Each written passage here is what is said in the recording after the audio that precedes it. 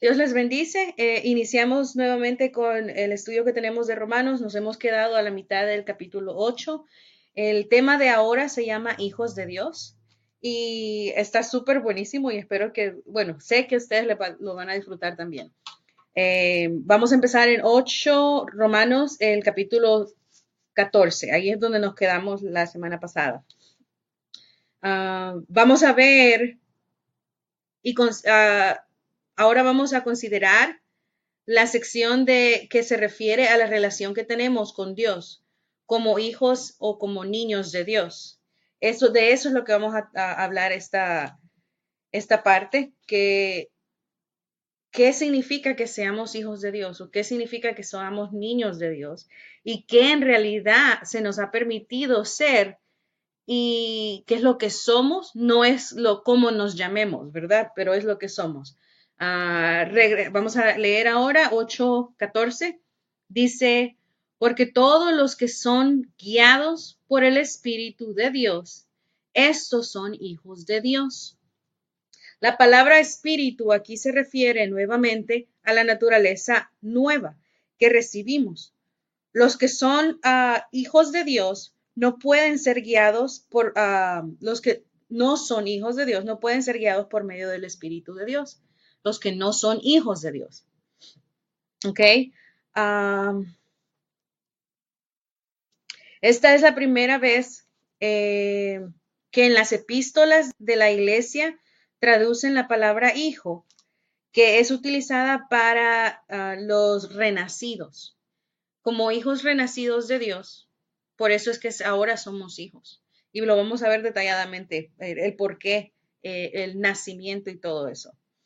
En hay 5 veces anteriores que donde ocurre la palabra hijo en Romanos. Está en Romanos 1:3, en Romanos 1:4, en Romanos 1:9, en Romanos 5:10 y en Romanos 8:3. Está esa palabra hijo. Fue usada siempre para Cristo Jesús como el Hijo de Dios. Pero esta es la primera vez que se habla de hijos de Dios que no es Jesucristo. Vamos a leerlos rapidito todos esos o vamos a Romanos 1 y es 3 y 4 y dice, el 3 dice acerca de su Hijo, nuestro Señor Jesucristo, que era del linaje de David según la carne, que ahí está hablando del Hijo de Dios en relación con Cristo Jesús. El 4 dice que fue declarado Hijo de Dios con poder. Está hablando nuevamente de Cristo Jesús como Hijo de Dios. Ahora vamos a brincar al 9, 1:9.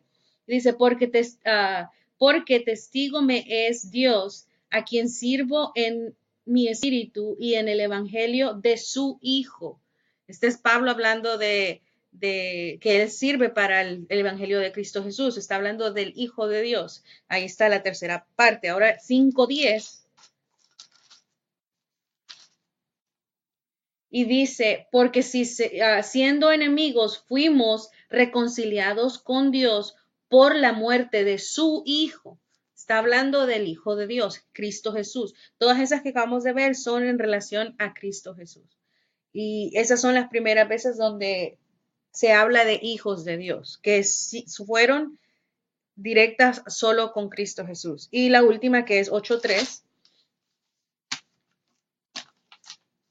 Y dice, porque lo que era imposible para la ley, por cuanto era débil por la carne, Dios enviando a su Hijo. Ahí está. Ahora, lo que vamos a ver ahora es de que ya no se va a relacionar solo con Cristo Jesús. Ahora va a abrir la parte donde nosotros entramos, ¿ok? Como hijos de Dios. Ah, ahora es utilizada para otros, o sea, para nosotros, ¿verdad? Teniendo el Espíritu de Dios es lo que hace que uno sea hijo de Dios. Recuerden esta frase, el tener el Espíritu Santo dentro de nosotros es lo que nos hace ser hijos de Dios. O leamos el 8:15. Pues no habéis recibido el espíritu de esclavitud para estar otra vez en temor, sino que habéis recibido el espíritu de adopción. Y esa palabra la vamos a estudiar un poco, de adopción, por el cual clamamos Abba Padre. Ahora, ¿quién fue la primera persona que dijo Abba Padre? Lo vamos a ver más adelante, pero yo sé que algunos ya la saben. Pero ahora clamamos, estamos hablando de todos nosotros, clamamos Abba Padre.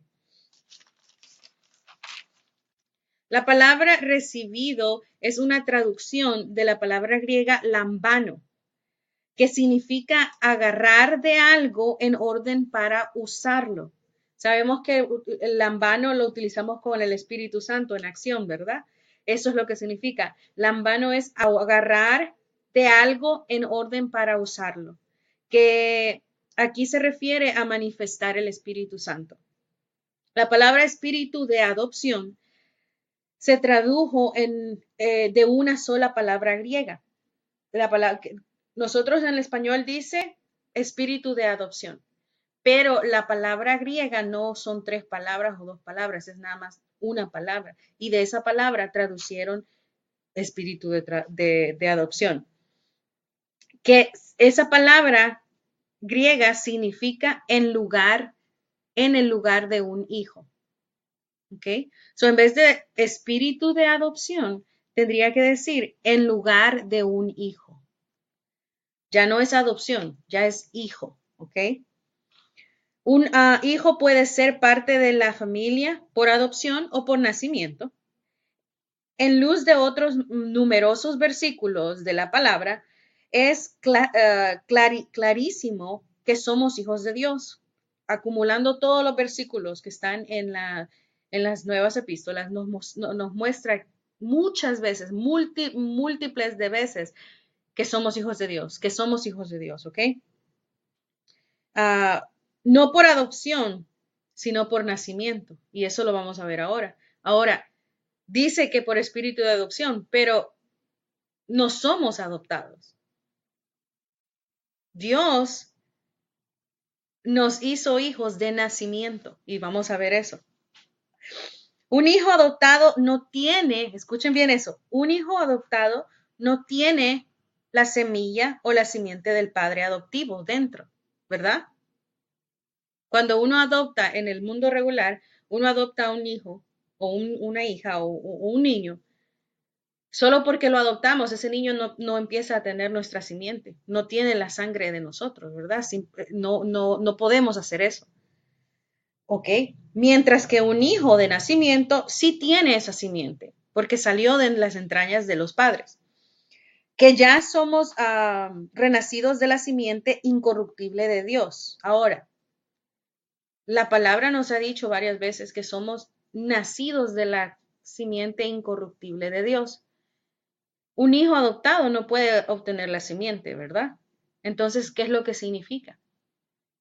Significa que no somos hijos adoptados, que somos hijos engendrados porque nacimos de la simiente incorruptible de Dios al momento que creímos en Cristo Jesús.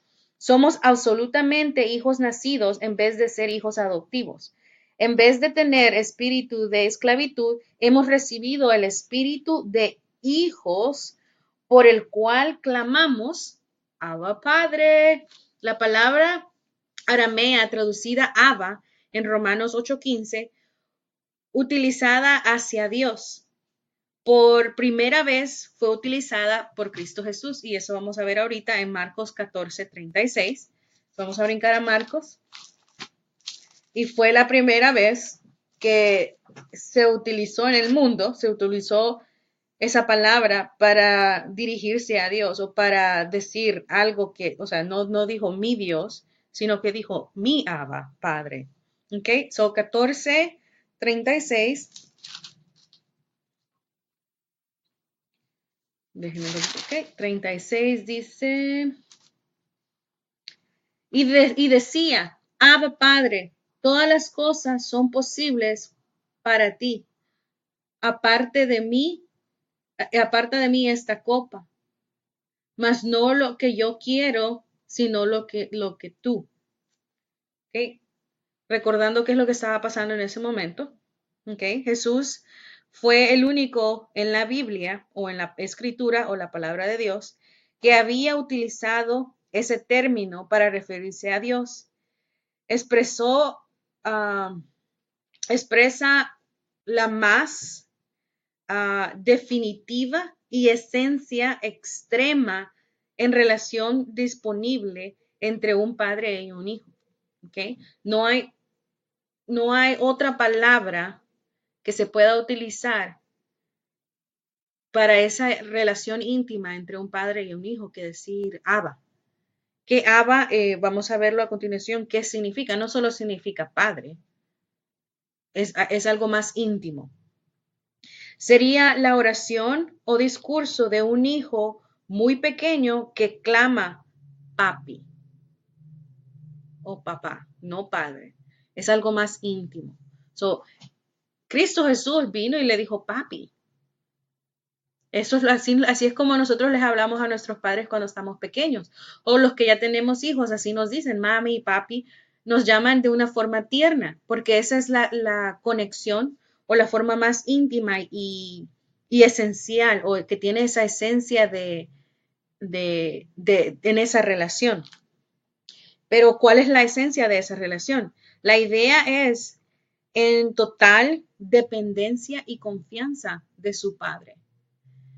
Ahora, Cristo Jesús en ese momento estaba en completa dependencia y confianza en Dios, porque como un ser humano, cualquier ser humano no hubiera querido morir, pues de igual forma estaba diciéndole Cristo Jesús en ese clamor o en esa oración, le dijo, bueno, si es posible que pases esta copa de mí, pero que no se haga mi voluntad, sino la tuya, ¿verdad? Cuando Jesucristo usó este término, de su Padre Celestial, él estaba en una situación de absoluta impotencia, en que no quería sufrir ni morir, pero él estaba comprometido y entregado a Dios como su papi, Abba, papi. Los judíos nunca hubieran usado ese término para dirigirse a Dios.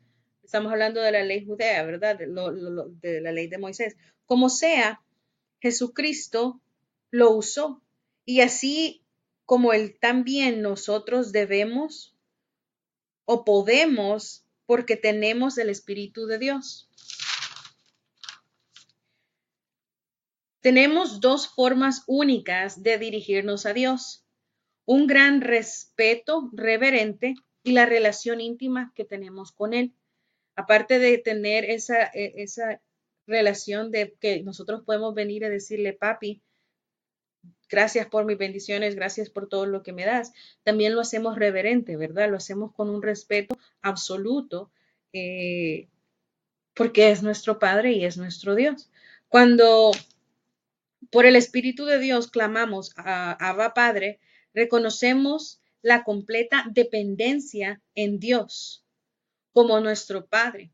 Cuando nosotros dependemos completamente y confiamos completamente en Dios, es ahí donde caemos en esa clasificación que Jesús utilizó en Marcos. Es ahí donde caemos en esa clasificación de es todo por medio de Dios. En nuestras vidas están llenas y completas por medio de Dios y su Espíritu en nosotros. Caminando por la naturaleza vieja en autosuficiencia, porque no sería suficiencia de parte de Dios cuando caminamos con la vieja naturaleza, sino que es autosuficiencia o independencia de traer una vida prácticamente cuando nos tratamos de ser independientes, de decir, oh, yo lo puedo hacer solo, yo no necesito nada, yo no necesito a Dios, yo no necesito a nadie para sobrevivir ni nada, de alguna forma al final del día siempre entramos en derrota y miseria, porque no estamos completos. Así que caminando por la naturaleza nueva con Dios, como nuestra fuerza y nuestra suficiencia nos trae una vida de éxito, triunfo y bendiciones. Cuando somos guiados por la naturaleza vieja, nosotros, a nuestro llanto de desesperaciones, como decía Pablo en Romanos 7:25, o no, en 7:24, ¿qué es lo que dijo? Miserable de mí, ¿quién me librará de este cuerpo de muerte? Ese es nuestro lamento y nuestro llanto cuando caminamos con la naturaleza vieja. Pero ¿cuál sería nuestro grito o clamor cuando somos guiados por la naturaleza nueva? Que sería el clamor que hizo Cristo Jesús en Marcos. Abba, Padre. Nosotros ponemos nuestra confianza en Dios en vez de en nosotros mismos. Vamos ahí en Romanos 8:16, seguimos en el siguiente versículo y dice, el Espíritu mismo da testimonio a nuestro espíritu de que somos hijos de Dios. Que ahí está hablando de dos espíritus, ¿ok? El Espíritu mismo da testimonio a nuestro espíritu que somos hijos de Dios. El Espíritu nacido dentro de nosotros da testimonio de nuestro interior que somos hijos de Dios. Ahora vamos a 1 Juan. Vamos a confirmar eso. 1 Juan 5. Y vamos a leer el 1 y después vamos a brincar al 9 al 12. El 1 dice, 5:1, todo aquel que cree en Jesús todo aquel que cree que Jesús es el Cristo, es nacido de Dios. No dice adoptado, dice nacido de Dios. Y todo aquel que ama al que engendró, ama también al que ha sido engendrado por él. ¿Sí? Si nosotros amamos a Dios, amamos a todo el que ha sido engendrado o al que ha nacido por él, ¿verdad? Brinquemos al 9. Y dice, si recibimos el testimonio de los hombres, mayor es el testimonio de Dios. Porque este es el testimonio con que Dios ha testificado acerca de su Hijo. El que cree en el Hijo de Dios tiene el testimonio en sí mismo.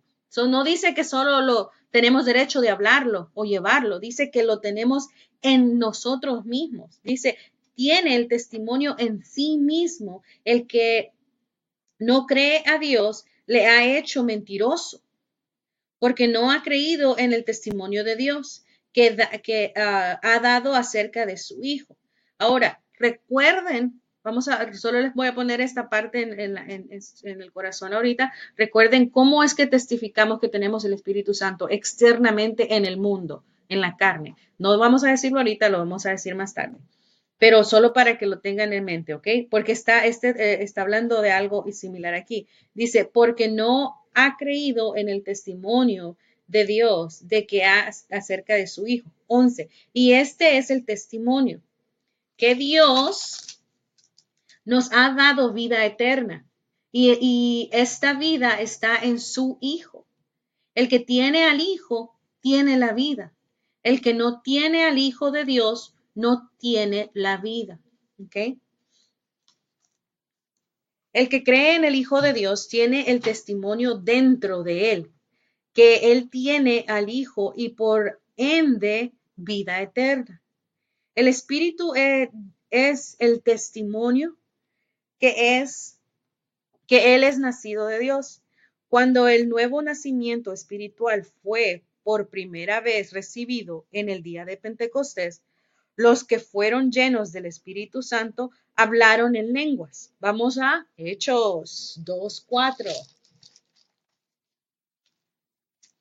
Hechos 2:4. Ahí vamos a ver el día del Pentecostés. Todos los que fueron llenos del Espíritu Santo. La simiente entró, ¿verdad? Hijos de nacimiento. 2:4. Y dice, y fueron todos llenos del Espíritu Santo. Ajá, ahí viene la manifestación. ¿Cómo lo podemos manifestar externamente para que todos se den cuenta que en realidad tenemos la simiente de Dios en nuestras vidas? Y comenzaron a hablar en otras lenguas, según el Espíritu les daba que hablasen. Gloria a Dios. Años más tarde, también gentiles recibieron el regalo del Espíritu Santo. Pedro nos relata qué pasó cuando él y 6 judíos creyentes que lo habían acompañado fueron a la casa de Cornelio. Brincamos allí mismo en Hechos al 11:15.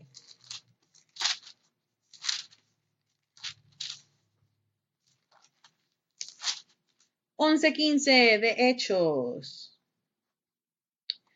Y cuando comencé a hablar, cayó el Espíritu Santo sobre ellos también, como sobre nosotros al principio. ¿Verdad? Y ahí entramos nosotros también. Ahora la pregunta sería, ¿cómo el Espíritu Santo se había derramado en judíos al inicio con la evidencia de hablar en lenguas? Esa fue la evidencia que se mostró al inicio, o sea, no es un ratito después, 2 años después vas a hablar en lenguas, no, eso es el inicio del Espíritu en nuestras vidas.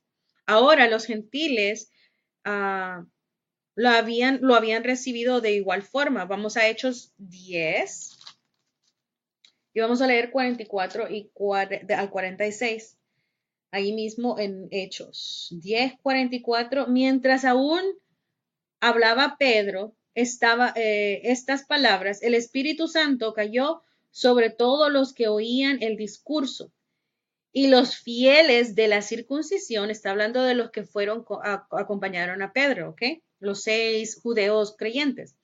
Los fieles de la circuncisión que habían venido con Pedro se quedaron atónitos de que también sobre los gentiles se derramaba el don del Espíritu Santo. Porque los oían hablar en lenguas y que manifestaban a Dios.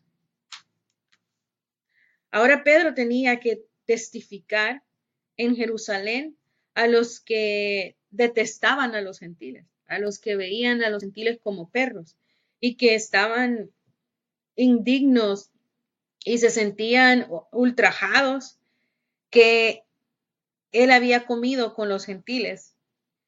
Miremos qué es lo que ellos contestan o qué es lo que ellos le dicen a Pedro cuando él viene y les cuenta lo que había pasado. Ahí en el 11, 16 y 18. 11, vamos a empezar en el 16, dice, y entonces me acordé de lo dicho por el Señor, de Cristo Jesús, ¿verdad? Cuando dijo, Juan ciertamente bautizaba en agua, mas vosotros seréis bautizados con el Espíritu Santo. 17, si Dios pues les concedió también el mismo don que a nosotros, que hemos creído en el Señor Jesús.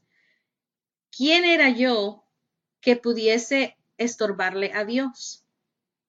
18. Entonces, oídas estas cosas, callaron los grandes, ¿verdad?, de Jerusalén, y glorificaron a Dios, diciendo, de manera que también a los gentiles ha dado Dios arrepentimiento para vida. O sea, lo reconocieron, pero no muy contentos, ¿verdad? Los judíos también los judíos tenían que reconocer la verdad del testimonio de Pedro, que que estaba confirmado por los 6 creyentes judíos que lo habían acompañado, ya que los gentiles tenían evidencia del Espíritu Santo por medio del hablar en lenguas. Dios ciertamente les había considerado arrepentimiento para vida. Obviamente, en el primer siglo, los creyentes habían entendido que el hablar en lenguas era la manifestación externa de la realidad de la presencia del Espíritu Santo en sus vidas. Cuando hablamos en lenguas, tendríamos que tener la conciencia de lo que tenemos en el interior.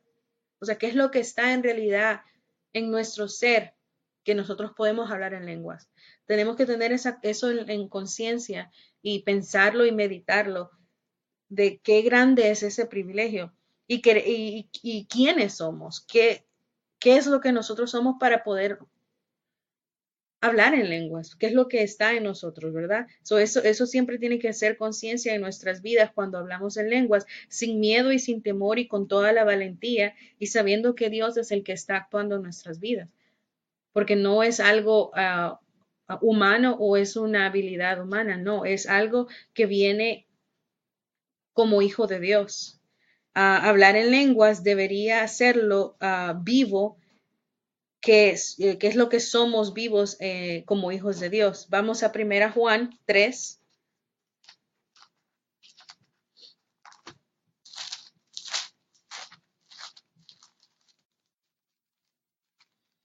Primera Juan, y vamos a ir al capítulo 3.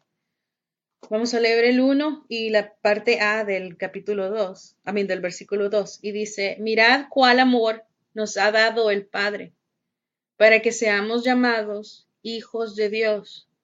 Por esto el mundo no nos conoce, porque no le conocen a Él. Amados, ahora somos hijos de Dios. El texto griego agrega la palabra y somos antes de las palabras para que seamos llamados hijos de Dios. En el versículo 1, la traducción Phillips lo dice así: considera el increíble amor que el Padre nos ha mostrado en permitirnos ser llamados niños de Dios. Y no solo es lo que somos llamados, sino que es lo que somos. Ahora regresamos a Romanos 8 y vamos a leer corrido el 15 y el 16. Porque no habéis recibido el espíritu de esclavitud para estar otra vez en temor, sino que habéis recibido el espíritu de nacimiento, por el cual clamamos Abba Padre. El Espíritu mismo da testimonio a nuestro espíritu de que somos hijos de Dios. ¿Okay? La nueva traducción inglesa lo traduce así, esos capítulos. El espíritu que has recibido no es un espíritu de esclavitud, guiándote de regreso a una vida de temor, sino que es un espíritu que nos ha hecho hijos, permitiéndonos clamar Abba Padre. En ese clamor, el Espíritu de Dios se une con nuestro espíritu y testificando que somos niños de Dios. A eso me gustó. Cuando un creyente habla en lenguas, tiene que confiar y depender totalmente en Dios y de Dios, que le dé las palabras que hablará. Puede confiar en su propio entendimiento, pero no tiene que actuar completamente, tiene que actuar completamente creyendo en Dios y confiando y dependiendo completamente de Dios. Lógicamente, cuando nosotros decidimos hablar en lenguas, es nuestro entendimiento diciendo, ok, voy a hablar en lenguas, pero todo lo que decimos de hablar en lenguas viene por el medio del Espíritu Santo. Tenemos que confiar de que viene del Espíritu Santo y depender del amor de Dios para guiarnos cuando hablamos en lenguas. Esta manifestación inicial del Espíritu Santo, recuerden, es inicial, no significa que hoy recibí el Espíritu Santo y tengo que hacer miles de cosas para poder ser permitida hablar en lenguas, o tengo que tener permiso de alguna persona para poder hablar en lenguas. No es así. El hablar en lenguas es la manifestación inicial cuando el Espíritu Santo es derramado en nuestras vidas. Es inmediatamente. Esta manifestación inicial del Espíritu Santo nos muestra que podemos depender de Dios, nuestro Abba, el caminar por el Espíritu Santo. Romanos 17, seguimos ahí mismo, y dice, y sus hijos también herederos de Dios y coherederos con Cristo, si es que padecemos juntamente con Él, para que juntamente con Él seamos glorificados.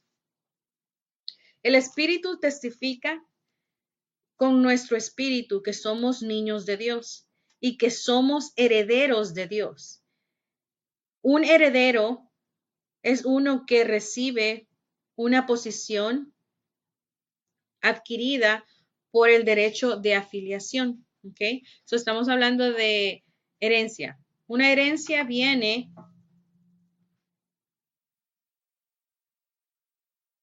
que es una posesión que se ha adquirido por derecho, porque somos parte de una simiente, porque es nuestro derecho tener esa herencia. Vamos a Efesios 1:13. 1:13 de Efesios y 14. En él también vosotros, habiendo oído la palabra de verdad, el evangelio de vuestra salvación, y habiendo creído en él, fuisteis adoptados, dice, no, sellados con el Espíritu Santo de la promesa, que es las arras, recuerden esa palabra, arras de nuestra herencia hasta la redención de la posesión adquirida para alabanza de su gloria. La palabra arras era usada en referencia a el dinero con que se compra, que es dado como compromiso o como garantía que el monto completo subsecuentemente será pagado. Es como compramos un carro, ¿verdad? Y para decir, sí, yo me hago cargo, me comprometo y la garantía es, yo te doy este depósito, te doy el primer pago inicial y con eso yo estoy diciendo que me comprometo a pagar todo ese dinero que cuesta el carro, ¿verdad? Ahora, de igual manera, arra significa eso. Es utilizada en ese sentido, que el dinero que en una compra es dado como compromiso o garantía del monto completo, subsecuentemente será saldado o será pagado. Sería el primer pago o depósito o pago inicial de un compromiso que paga una parte de la compra en adelante o en adelanto. Y así se asegurará del reclamo legal del artículo que se está comprando. Marca la validez de un contrato. Cuando uno da el primer pago, ya sea de carro, casa o lo que sea, que se compre una computadora o una cocina o lo que sea, siempre se da un pago inicial y esa es la garantía de decir, sí, yo me encargo, yo voy a comprometerme a pagarla toda. Un pago que obliga a las dos partes involucradas para hacer ese compromiso o esa compra-venta y que continúe, ¿verdad? Para que cuando ya sea el último pago. El Espíritu Santo que tenemos hoy es esa prueba, ese pago inicial. Pongan atención en esto. Ese pago inicial es el Espíritu Santo. ¿Ok? El Espíritu Santo que tenemos hoy en nuestras vidas, en nuestro interior, fue derramado en nuestras vidas, es la prueba que Dios hará bien en su promesa, que Dios hará y cumplir su promesa en nuestra herencia. El regalo del Espíritu Santo es la garantía de la herencia completa. ¿Cuál es la herencia completa, verdad? Pero el Espíritu Santo, que para nosotros eso es grandísimo y nos da fuerza, nos da poder y es el poder absoluto que hay en este mundo. Y eso nada más solo es la garantía de lo bueno que Dios va a hacer con nosotros y de que es con nosotros. Y es nada más la primera parte de la herencia completa que es para nosotros. Eso es algo increíble. No hay forma de cómo explicarlo o cómo entenderlo. Simplemente lo vamos a recibir con los brazos abiertos. Yo sí, ¿verdad?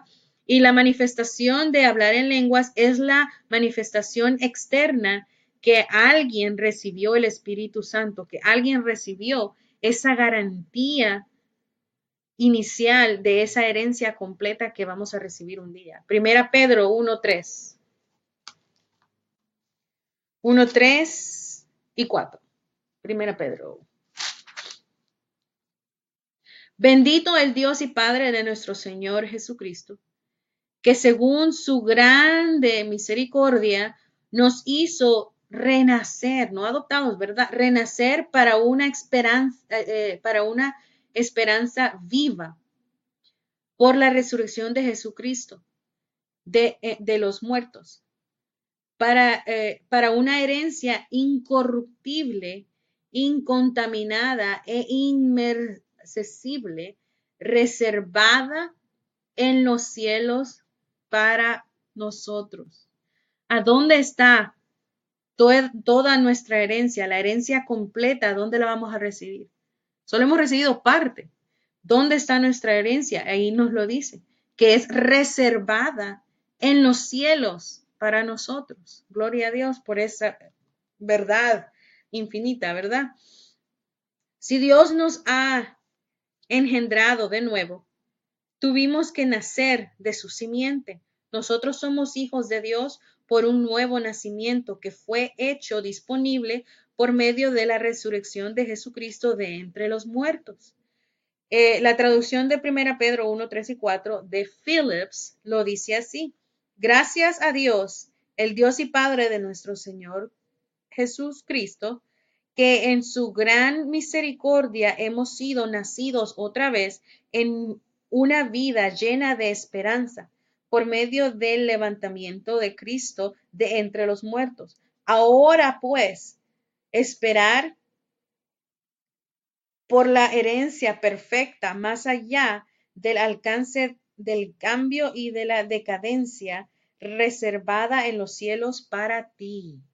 Gloria a Dios. Romanos 8:17.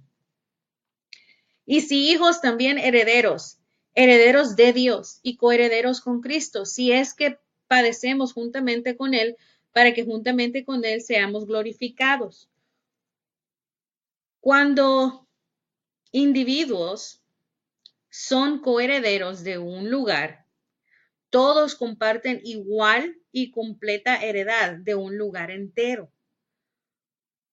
Uno no es propietario de la mitad del lugar y el otro de la otra mitad, no es así. Cuando son herederos iguales y completamente herederos de un lugar, juntos son dueños y poseen el lugar completo. Así que todos los que somos niños de Dios o hijos de Dios, juntos compartimos la herencia completa que se nos ha prometido en los cielos y también disfrutamos la primicia o la garantía de esa herencia que está en los cielos, aquí en la tierra por medio del Espíritu Santo. Dios me los bendiga.